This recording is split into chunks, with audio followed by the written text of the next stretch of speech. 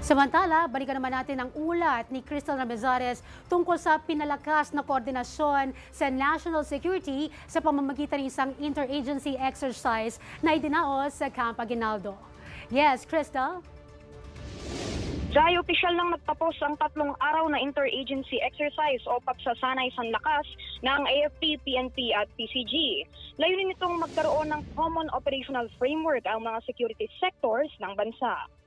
Isinagawa na ang closing ceremony ng interagency exercises o pagsasanay sanlakas sa Camp Aguinaldo, Quezon City. Ito na ang huling araw ng 3 araw na pagsasanay na layong palakasin ng koordinasyon at security operations ng AFP, PNP at Philippine Coast Guard.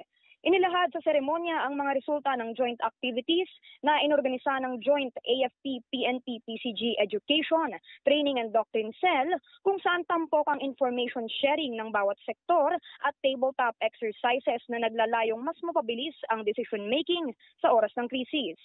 Ayon sa security sectors, kinakailangan ng isang mas nagkakaisang framework para sa national security upang mas epektibo ang pagresponde sa kalamidad, krimen at krisis sa bansa, partikular na sa mga sitwasyong kailangan ng agarang koordinasyon sa impormasyon at operasyon.